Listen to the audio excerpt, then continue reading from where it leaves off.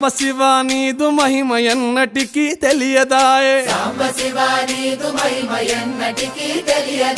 హర హర శివ శివ,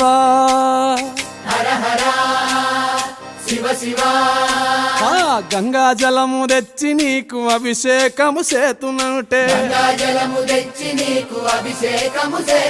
మరి గంగా జలమున చేప కప్పల ఎంగిలంటున్నావు శంభో.